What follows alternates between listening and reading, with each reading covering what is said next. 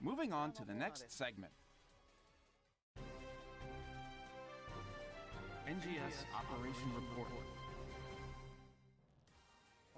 For this segment, the NGS Operation Report, I, Hiro Arai, select questions and comments from players to bring to the development and live operations teams and bring you their answers. I also have a letter from the developers to share with you.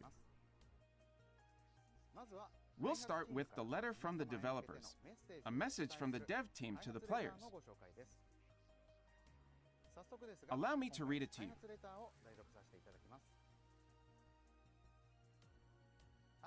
We would like to thank all the ARCs out there for continuing to play NGS. Moving forward, we will provide information on the intended implementation of updates introduced in this program and our plans for future improvements in the form of a letter from the developers. First off, I would like to start with Nameless City Exploration. We started the development of this quest aiming to have a well-balanced mix of elements, including both casual gameplay in an open field, like with exploration sectors and combat sectors, and more grind-heavy content like Lucille Exploration. Therefore, unlike Lucille Exploration and past limited-time quests, there's no matchmaking before the start of the quest.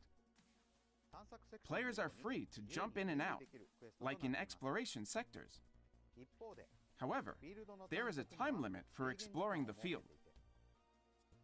By providing a goal for players to collect as many items as possible from chests within the set time, players get different results every time they play through.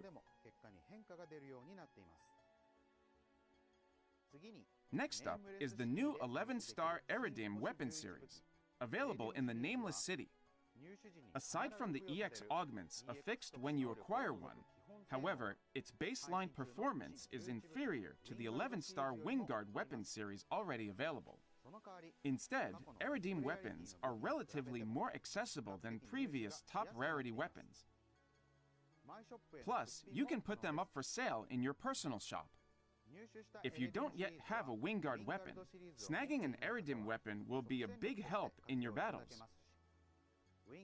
And if you do already have a Wingguard series weapon, you'll be able to transfer the powerful EX augments to your Wingguard weapon.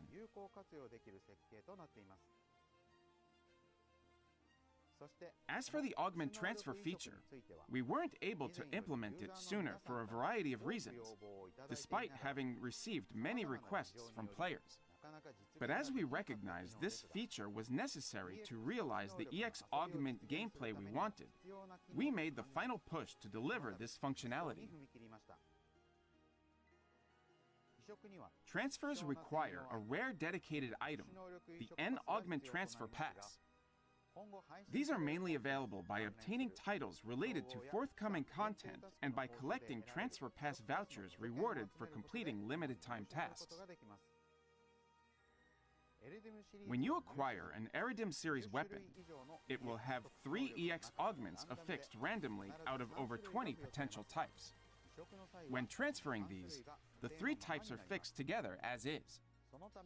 Therefore, we decided to implement a feature to transfer only EX augments to resolve the issue of players not being able to enhance their equipment until they get the ideal combination. Also, the Eridim series doesn't require a transfer pass for augment transfer, so it is easier to start by enhancing the Eridim series first and then performing an augment transfer using the Eridim series weapon when you get a stronger weapon. That's all for the letter from the developers. Thank you for continuing to play NGS. That was the letter from the developers. Continuing on to the next section, I'll have answers from the development and live operations teams to player questions and comments. Here is the first one. With party members aligned horizontally in the current Urgent Quest Victory performance, it is difficult to see members at the back. Could you make them easier to see? Here is their answer. In response to this feedback, we plan to create a victory performance with a composition that clearly shows party members at the back for future urgent quests featuring a victory performance. That was their answer. Let's move on to the next question. Do you have any plans to update the products in the treasure shop lineup? Many of the listed items don't seem to match the current game environment. Here is their answer. In order to better reflect the current state of augments, we plan to make an adjustment to the augment capsules listed in the treasure shop in a June update.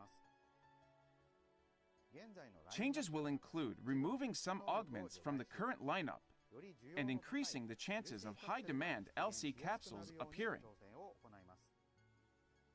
We will also be adding Defi-class capsules from P2 to P4, which should offer significant support in dual quests.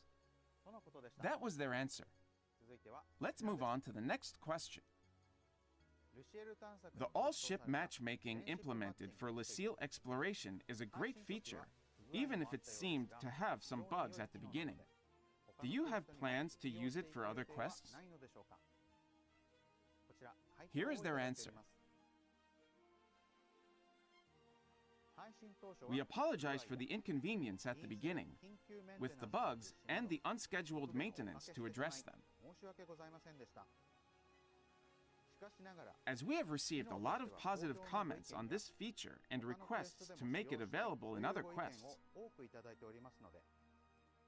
we are looking into the best way to proceed. That was their answer. It looks like implementing all-ship matchmaking for all quests is difficult as it involves a variety of tasks to support the specifications for each quest. But I'll give you an update in a future episode once we have a plan in place. That's all for our Q&A today.